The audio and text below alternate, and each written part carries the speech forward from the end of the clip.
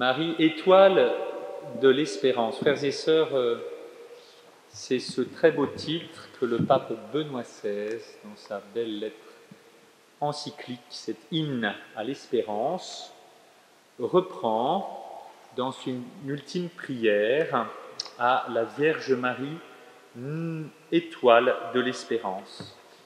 Ave Marie Stella, les marins connaissent cette très belle hymne grégorienne. Ave Marie Stella, Dei Mater Alma. Ave Marie Stella, Dei Mater Alma. Salut étoile de la mer, mère, nourricière de Dieu et toujours vierge, bienheureuse porte du ciel. C'est un titre antique, une hymne qu'on attribue peut-être même à Venance Fortula du 5e siècle et qu'on aime chanter. Il n'y a pas qu'en Bretagne, qu'en bord de mer ou pour les fidèles de Rocamadour. Frères et sœurs, je vous propose qu'avec toute l'Église, comme elle aime le faire, juste autour de Noël, nous arrêtions, alors que nous allons célébrer la venue du Sauveur, que nous célébrons ce mystère de la manifestation parmi nous dans la chair du Sauveur, aux humbles bergers de Bethléem, aux nations d'Épiphanie. Arrêtons-nous sur cette figure de la Vierge Marie. Tout à l'heure, j'entendais, frères et sœurs, le curé de Nice, de la basilique Notre-Dame de l'Assomption de Nice, où il y a eu cet assassinat. Pourquoi tant d'hommes et de femmes se tournent vers la Vierge Marie? Je me suis toujours demandé, nous le saurons en arrivant au ciel, quelle était la prière de cette femme dans cette... Pourquoi est-ce qu'elle venait prier dans cette basilique, la Vierge? Quelle était sa prière? Qu'est-ce qu'elle a dit? Peut-être cette prière simplement à la Vierge, c'est la salutation de l'ange, n'est-ce pas? Qui se termine par prier pour nous, maintenant et à l'heure de notre mort. La Vierge Marie, celle devant qui tant de chrétiens aiment se tourner souvent dans la détresse, étoile de la mer, dans la tempête. Et aussi tant de personnes en marge de la foi se tournent vers la Vierge Marie. Vous savez que à la Bonne Mère, à Marseille, on dit que des personnes qui ne sont pas du tout chrétiens viennent se prier la Bonne Mère, pour retrouver souvent l'espérance. Comment ne pas penser à toutes ces foules humbles qui vont dans les sanctuaires mariaux, ce film admirable qu'il y a eu sur Lourdes dernièrement, qui le montre si bien. Eh bien, je voudrais m'arrêter comme vous, avec vous, devant cette figure de la Vierge, la fille de Sion, Mater Ecclésiae, Dei Mater Alma, la mère nourricienne du Seigneur, celle qui accomplit l'espérance d'Israël, en laquelle plus exactement l'espérance d'Israël s'est accomplie, celle qui est la mère du Sauveur, en qui le Verbe s'est fait chair, qui l'a nourri, qui l'a allaité, qui l'a éduqué, car jusqu'à l'âge de 12 ans, Jésus allait à la synagogue avec sa mère, qui lui répétait « Écoute Israël, tu n'adoreras qu'un seul Dieu ». Celle qui, comme l'a rappelé le Second Concile du Vatican, est le modèle des croyants et la mère de l'Église. Le modèle des croyants et la mère de l'Église. Les pères au 5e siècle disaient qu'elle était le prototype de l'âme et la figure de l'Église. Dans le Concile Vatican II, que nous connaissons tous, dans cette très belle constitution sur l'Église, Lumen Gentium, le Christ, lumière du monde, elle rappelle que l'Église ne brille que de la lumière du Christ Sauveur. C'est l'image classique de l'Église, vous savez, qui n'est pas l'étoile, mais la lune. La lune qui reflète la lumière du soleil. Elle tire sa force, sa joie du soleil. Le Christ, dont on aime justement fêter la nativité, les chrétiens d'Occident, autour de la fête du solstice d'hiver, alors que les anciens romains célébraient alors la fête du Sol Invictus, le soleil vainqueur de la nuit, la lumière qui reprend ses droits sur la nuit.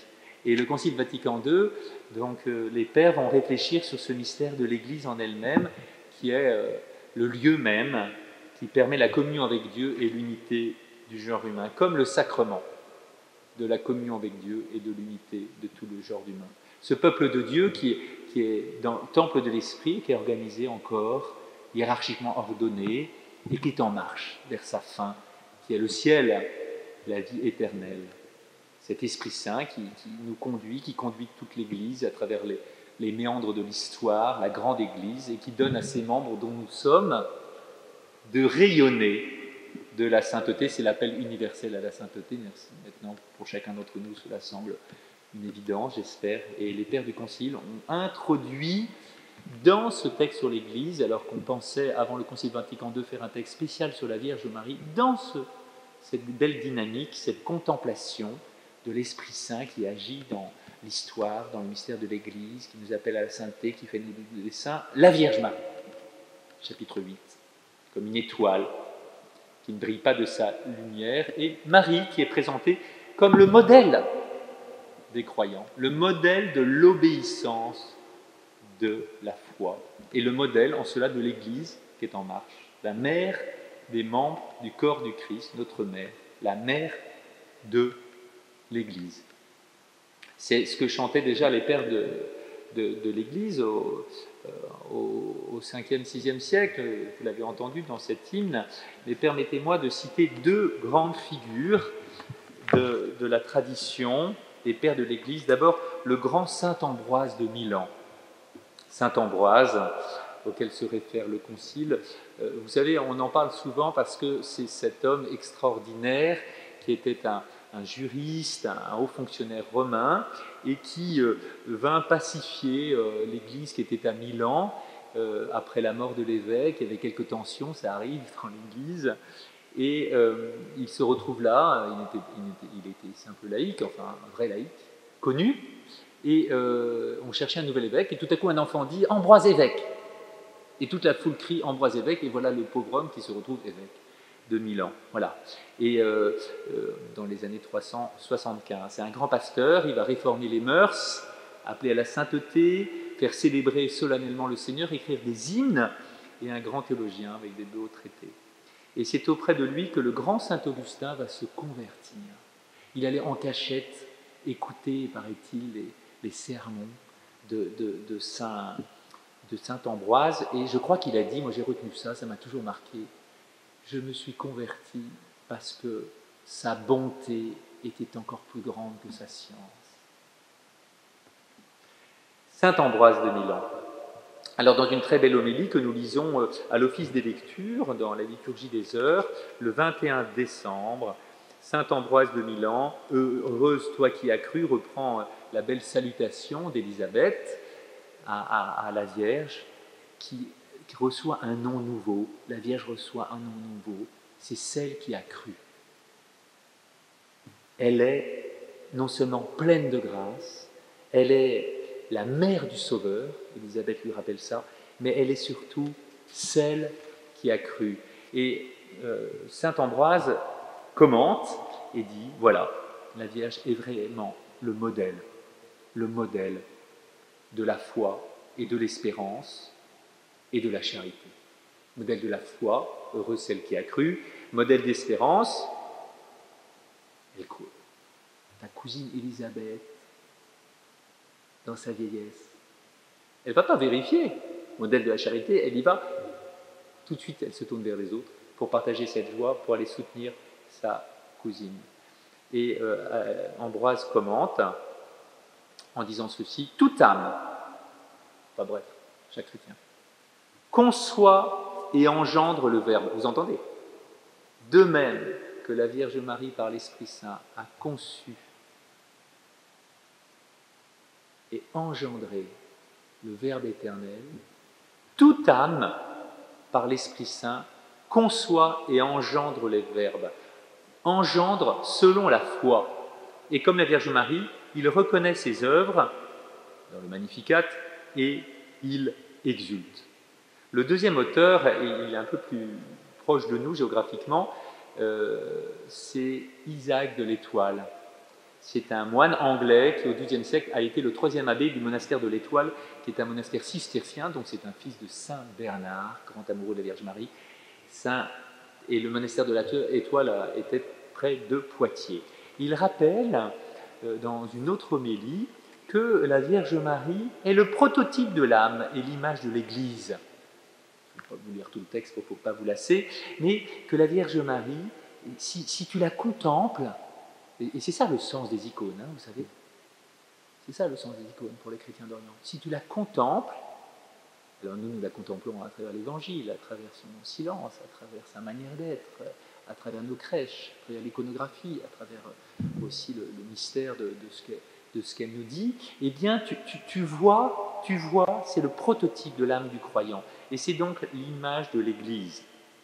Nous retrouvons évidemment ici Saint Ambroise. Et permettez-moi donc de m'arrêter avec vous sur cette figure de la Vierge Marie qui engendre, comme nous. Nous sommes appelés, c'est le modèle du croyant de l'Église, à engendrer le Christ, à le recevoir dans notre sein, à l'accueillir et à le nourrir. Ça peut vous sembler, surtout pour les femmes, une expression un peu étonnante, hein, et je voudrais, à travers cette icône, que nous la contemplions, nous aider à percevoir ce mystère de la foi, qui est de l'engendrement en nous-mêmes, dans l'Esprit Saint, de l'enfant du Père. Notre-Dame de l'attente, l'orante, la Vierge là est en position d'orante, elle est toute disponible.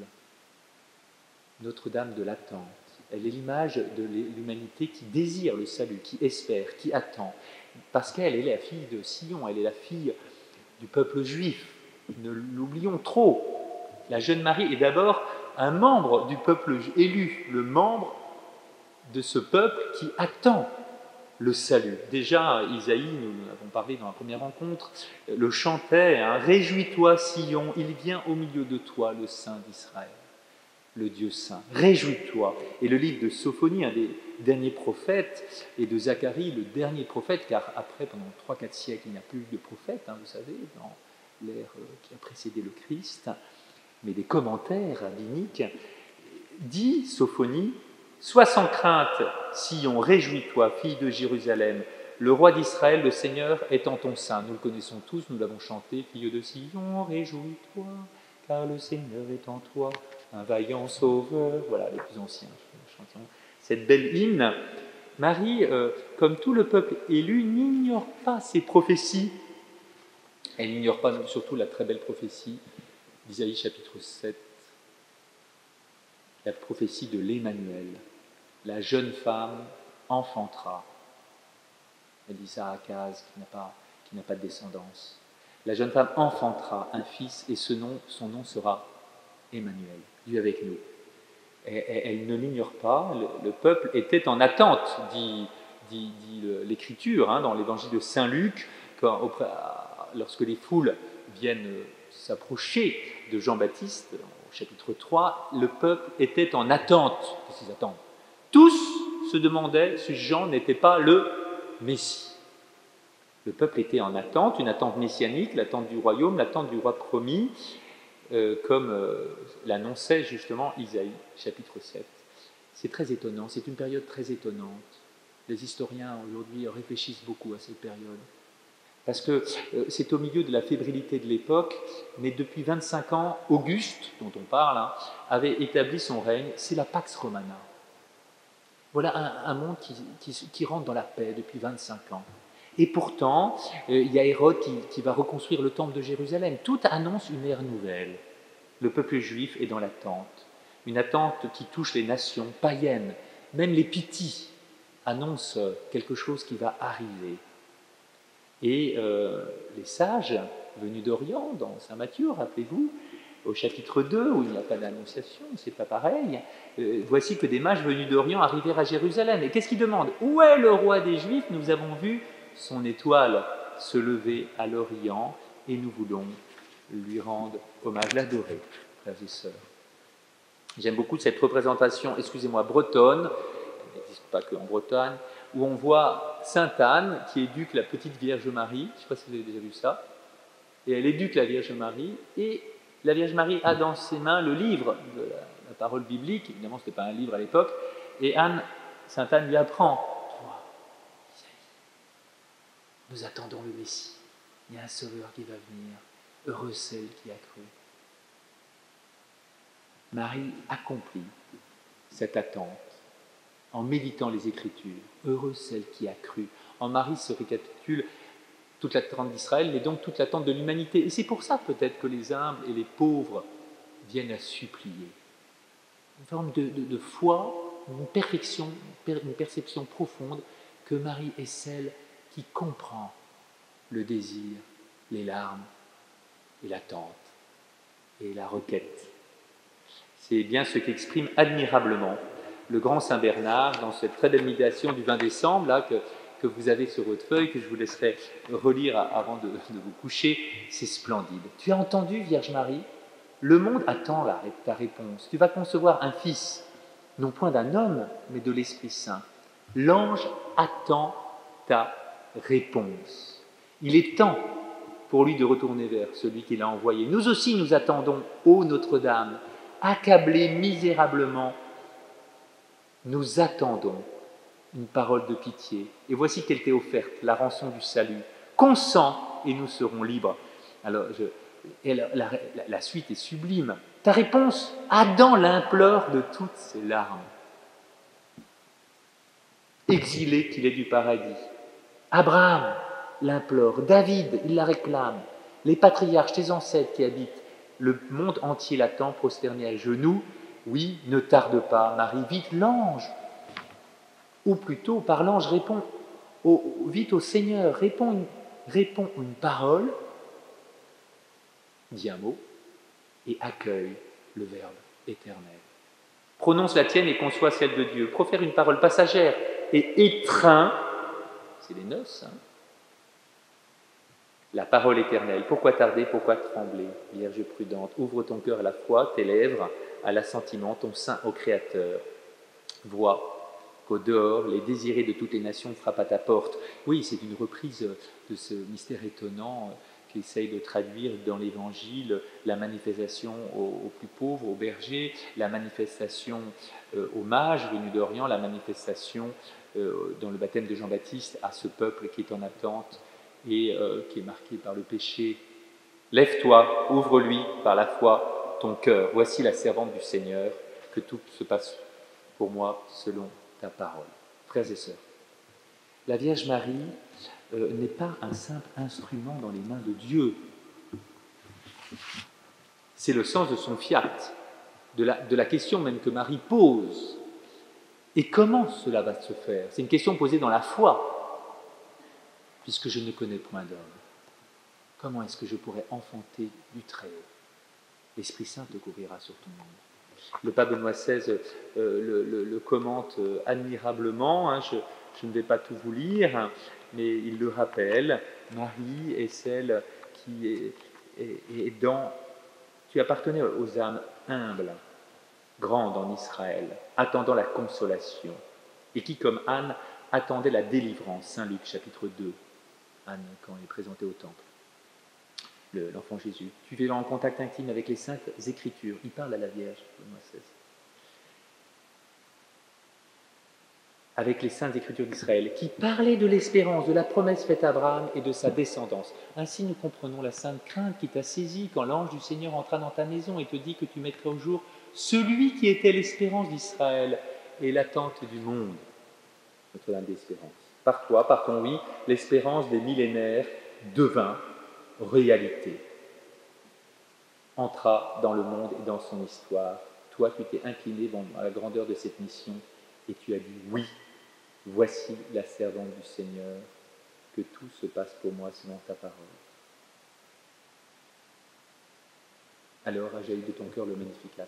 Vous savez peut-être votre curé qui connaît mieux la Terre Sainte encore que moi, vous le dira mieux, cette tradition orthodoxe qui se passe à travers, à Nazareth, autour de l'Annonciation. C'est ça, c'est le puits de la Vierge, c'est ça. On a retrouvé un lieu qui est le puits de la Vierge. Alors, l'ange il est délicat. Donc la Vierge Marie, il s'adresse à elle au puits d'abord, ont les femmes. Et elle est toute troublée. Alors les orthodoxes disent, ben là il y a eu un délai, le temps du discernement. Et puis Marie est rentrée chez elle toute troublée par cette visite de l'ange. C'était cette présence de l'Esprit de Dieu. Qu'est-ce que ça veut dire? Alors il est revenu avec elle, il est revenu à elle lorsqu'on est rentré chez elle. Et puis là, délicatement, il a frappé à la porte de son cœur. Bon, nous, en Occident, on le représente avec un lys. Hein, voilà. Donc il est un peu délicat, il essaye de ne pas forcer la porte de son cœur. Le premier élément que nous percevons à travers tout cela, autant dans cette tradition orthodoxe que dans l'Écriture, c'est que Marie, c'est un cœur qui aspire au salut, qui désire. Oui, frères et sœurs, Pascal parle de divertissement. Le pape François, dimanche, c'est ça, a rappelé que Noël, ce n'est pas la fête du consumérisme. Le cœur humain aujourd'hui dans nos sociétés occidentales est étouffé par une impossibilité d'aller au fond de son aspiration parce qu'il est tout de suite comblé de biens matériels. Et voilà que dans le dénuement que nous vivons en ce moment, nous sommes obligés de nous interroger sur l'essentiel, n'est-ce pas? On ne peut plus s'embrasser. Le cœur de l'homme aspire à la paix, au salut. Et l'évangile de l'Annonciation nous le montre. Le Dieu est le maître de l'impossible. Sa grâce est toujours inattendue au sens premier du terme. C'est très beau dans l'évangile de la Nativité. Alors on dit on ne trouve pas de place, c'est un problème social. Mais non, ce n'est pas un problème social. Il y a le recensement, tout le monde est là, on ne trouve pas de place. Il y a de la place quand même à l'étable. On a chaud. Marie sera au calme au moins, ce ne sera pas comme dans la salle haute où il y a toute l'agitation. Enfin, moi, je n'ai jamais accouché, mais en fait, j'imagine. Mais qu'est-ce que c'est que ce manque de place? C'est parce que c'est l'inattendu. Il est inattendu. La grâce est toujours inattendue. Évidemment, il y a un parallèle entre, on le chante symboliquement à Noël, entre la crèche et le crucifixion, mais il y a surtout un parallèle entre la grotte de la Nativité et le tombeau,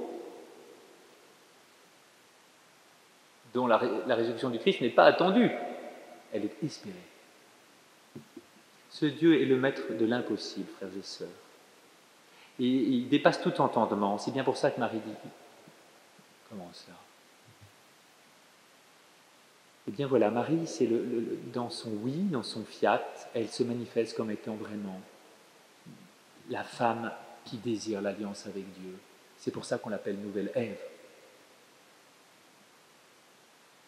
Que tout se fasse selon ta parole, alors qu'Ève refuse la parole dans la confiance, Marie est dans la foi. Et c'est aussi évidemment le sens de son Magnificat qui jaillit de son cœur, qui est tout pétri de la foi d'Israël, qui est tout comme un chapelet de prière qui habite le cœur du monde juif. N'oubliez jamais qu'à l'époque, tout était connu par cœur, par le chant. Et c'est donc Marie est ainsi le modèle de l'engendrement, comme celle qui reçoit, qui accueille dans la disponibilité, dans l'émerveillement aussi et de la grâce, comme dit saint Ambroise. Mais, je me permets d'insister sur le deuxième point, cela est le fruit de l'Esprit Saint. Marie est couverte de l'ombre. Elle est ombrée, littéralement. L'Esprit Saint te couvrira de l'ombre. Pas simplement l'esprit de la création. C'est lui qui est l'agent premier. Ce verbe n'est utilisé que dans l'Évangile à la Pentecôte et à la Transfiguration, quand l'Esprit se manifeste au-dessus, la voix du Père, l'Esprit au-dessus du Christ. Celui-ci est mon Fils bien-aimé. En lui j'ai mis tout mon amour. Écoutez-le. Marie est toute recouverte de l'Esprit Saint. C'est lui vraiment l'agent premier, l'acteur. Elle est toute disponible. Mais nous percevons que c'est elle. Et cet Esprit Saint est comme toujours, quand Dieu agit, source d'une vie nouvelle. Et le Verbe s'est fait chair. Nouvelle, en ce sens que c'est la nouveauté du salut, la bonne nouvelle du salut. L'Esprit de Dieu agit pour faire toutes choses nouvelles. Il s'appellera Yeshua, Jésus. Dieu sauve. Le cœur de Marie est tout ouvert à cet Esprit Saint et c'est pour ça qu'elle peut accueillir le don total, l'Emmanuel, Dieu avec nous. C'est donc bien le modèle de l'Église, la figure de l'Église, qui doit être toujours plus, chacun d'entre nous, habité, modèle du croyant, prototype de l'âme. Et parce que cet Esprit Saint qui nous est donné, qui est donné à l'Église à la Pentecôte, cet Esprit qui est l'Esprit du Christ, qui repose sur le Christ, eh bien, il vient reposer par l'Église dans l'humanité et fait que l'humanité devient, nous devenons, nous sommes le corps du Christ. Nous passons notre temps à le chanter, mais nous ne réalisons pas ce que ça veut dire. Si nous sommes le corps du Christ, chacun de nous est un membre de ce corps, si nous portons le nom de chrétiens, si à la confirmation nous sommes oints, c'est-à-dire chrismés, eh bien ça veut dire que nous sommes les Christ, les enfants du Père. Cette humanité qui devient une humanité d'enfants du Père et de frères et sœurs. Et c'est pour ça que Vatican II insiste sur la Marie, Mère de Dieu, modèle de l'Église dans l'ordre de la foi, de l'espérance et de la charité, et de la parfaite union avec le Christ. Et de la parfaite union avec le Christ. Pourquoi? De quoi venons-nous parler? On veut parler parce qu'on veut rappeler que l'alliance que Dieu a faite avec l'humanité en Jésus-Christ n'est pas une simple pacte extérieur. Vous voyez, la plupart des gens qui vont fêter Noël vont trouver ça beau, on va se retrouver en famille, mais en fait, c'est un peu une belle histoire. Mais ils n'y croient pas. Pourquoi? Parce qu'ils ne comprennent pas que c'est de parfaite union avec le Christ. Le Seigneur, par l'incarnation, annonce l'union de toute l'humanité, de tous les hommes, dans l'Esprit Saint, qui se réalise aujourd'hui. Comment? Où rencontre-t-on le Christ? Par le sacrement de l'Église, par les sacrements, en particulier le baptême, qui fait de nous des enfants de Dieu. Et comme dit saint Jean, enfants de Dieu nous le sommes dans le Fils unique. Première épître de saint Jean, chapitre 4. Enfants de Dieu nous le sommes réellement dans le Fils unique. Et c'est ce qu'on découvre à travers tous les catéchumènes. On n'a jamais vu un catéchumène demander le baptême sans avoir rencontré un chrétien. Ça n'existe pas. Personne ne dit « je veux recevoir le baptême » sans avoir jamais rencontré un chrétien. Et pourtant, les chrétiens sont pécheurs. Il n'y a pas que les prêtres qui sont pécheurs. Eh bien, parce que c'est le mystère de l'inhabitation de l'Esprit Saint dans l'humanité, qui est l'Église. Et qu'est-ce qu'ils demandent? Je veux rencontrer Dieu. Et qu'est-ce qu'on leur donne? Que demandez-vous? Demandez aux catéchumènes la foi. Pourquoi? Pour avoir la vie éternelle. C'est ça la première question qu'on pose aux catéchumènes. Et qu'est-ce qu'on lui donne? Les sacrements. Parce que c'est les sacrements qui sont le lieu de la rencontre avec Jésus-Christ. Par le baptême, nous sommes enfants de Dieu et nous le sommes vraiment dans le Fils unique. Comment Jésus-Christ, l'Esprit Saint, a fait de Jésus une totale offrande au Père, un Fils du Père. Père, entre tes mains, je remets mon esprit. Le Christ nous manifeste ce que c'est que le royaume de Dieu. C'est l'abandon au Père, le don de l'Esprit Saint. Et nous devenons, nous aussi, par l'Esprit Saint, des enfants du Père, et ainsi germe dans le monde ce royaume de Dieu. Frères et sœurs, ce n'est pas simplement une allégorie, une image. Nous sommes l'Église, temple de l'Esprit Saint, corps du Christ, enfants bien-aimés du Père. Et c'est bien ça que nous fêtons à Noël, la solennité de la nativité. C'est-à-dire non seulement de la venue hier dans la chair du Sauveur, mais de notre naissance à la vie d'enfant de Dieu. Du reste, autrefois, dans le temps de Noël, on célébrait aussi des baptêmes.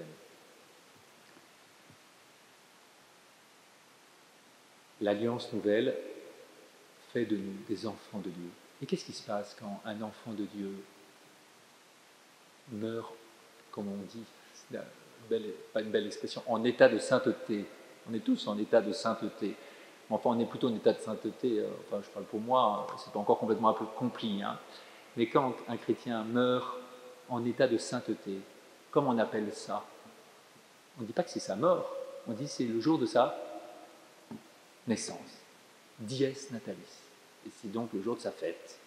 C'est le jour de sa naissance. Mais en fait, il est déjà né à la vie d'enfant de Dieu, mais cette naissance s'accomplit parfaitement dans la vie éternelle, dans le salut qui est donné par le baptême, s'accomplit parfaitement.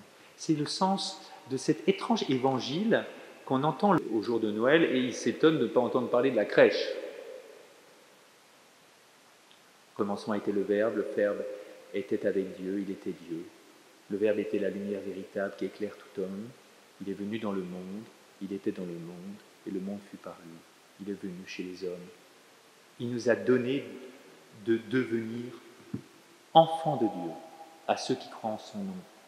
Lui qui ne fut ni engendré ni du sang, ni de la chair, ni de vouloir d'homme, mais de Dieu. Et le Verbe s'est fait chair, et il a planté sa demeure parmi nous. Vous savez, c'est l'image de la tente, la Shekinah, Dieu qui est présent avec son peuple en marche. Ce n'est pas une habitation de pierre, excusez-moi, c'est une habitation de marche de la Shekinah. Il a planté sa demeure parmi nous.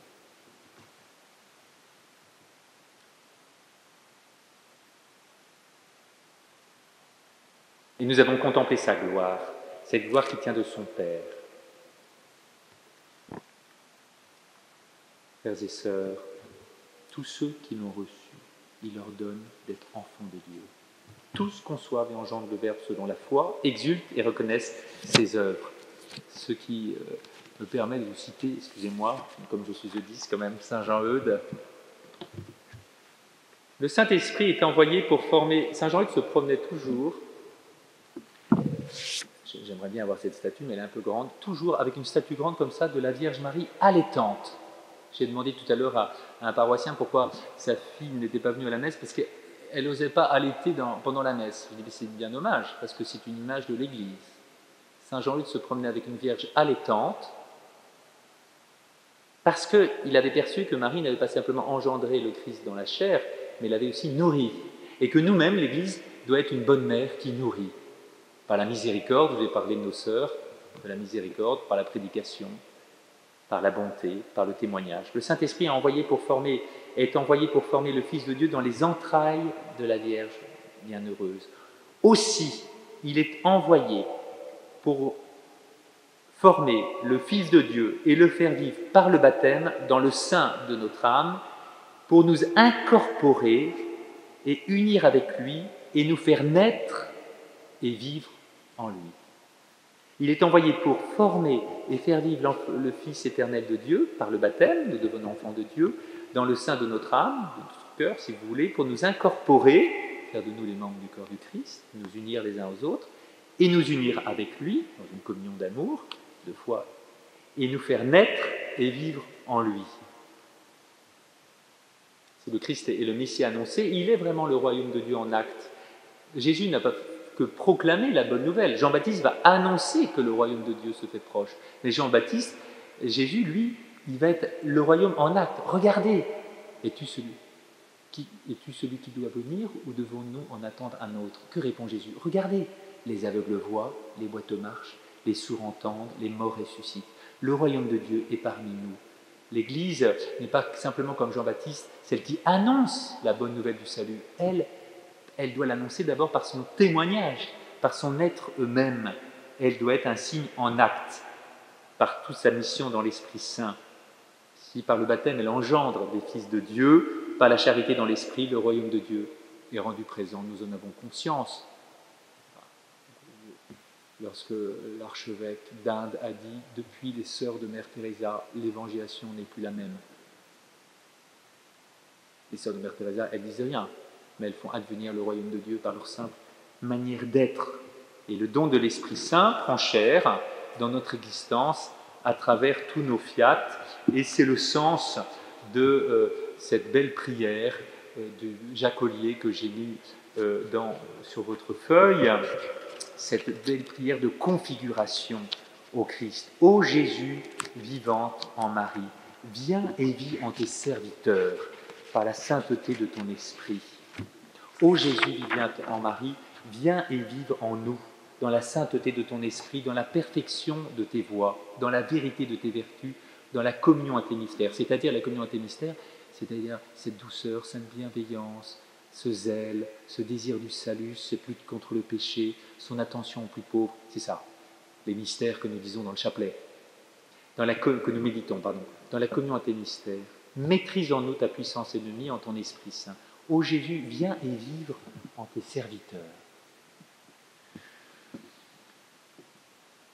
Cette conformité dont saint Paul parle, qui fait que nous sommes appelés par toute notre vie à être conformés au Christ et à rendre grâce à Dieu et à rayonner de son amour. Alors nous sommes appelés comme la Vierge Marie, dont son cœur va jaillir un beau poème, n'est-ce pas, et chanter le Magnificat. Nous sommes appelés à témoigner d'abord par la joie. Permettez-moi de finir par une petite histoire qui rejoint le thème de cette lettre de notre évêque. Rends-nous la joie de ton salut. Je me suis demandé pourquoi, jusqu'à dernièrement, pendant 3 mois, pourquoi ce titre? Rends-nous la joie de ton salut. Pourquoi ce titre? Alors voilà, c'était cette belle histoire qui a été racontée au vœu de l'archevêque de Rennes il y a 25 ans par une de nos sœurs eudistes canadiennes. Je ne vous ai jamais raconté ça. Voilà, c'est un père abbé dans un monastère au Canada qui croise le rabbin, juste là, 3 jours avant Noël. Alors le rabbin lui dit « Comment tu vas, père abbé ?» Il me dit « Je vais mal. » « Ah bon? Pourquoi tu vas mal? Tous mes moines sont tristes. » « Ah bon? Alors, qu'est-ce que tu fais? » Ben, j'aurais dit de prier, je les invite à la charité, mais ils sont tristes depuis, ils sont tristes, ils se plaignent de tout, ils sont tristes. Alors le rabbin canadien dit au père, si tu veux, je vais leur dire un petit mot. Est-ce que tu m'invites au chapitre, le jour de Noël? Le père abbé dit, écoutez, c'est pas très habituel de recevoir un rabbin, surtout le jour de Noël. Et le rabbin vient voir les moines, il dit, j'ai une seule chose à vous dire. Le Messie est venu. Voilà, rends-nous la joie de ton salut.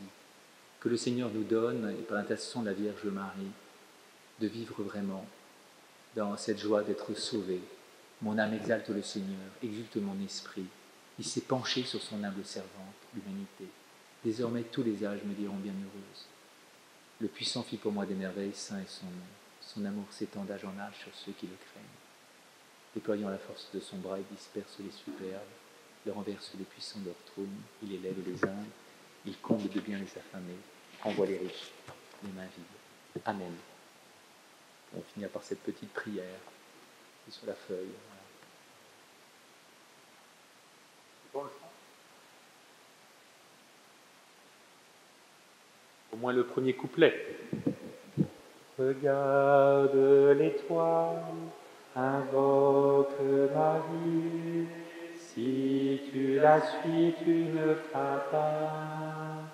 Regarde l'étoile, invoque Marie, si elle te conduit sur tes chemins. Si tu la suis, tu ne dévis pas. Si tu la pries, tu ne faiblis pas. Tu ne crains pas, elle est avec toi, et jusqu'au port, elle te guidera.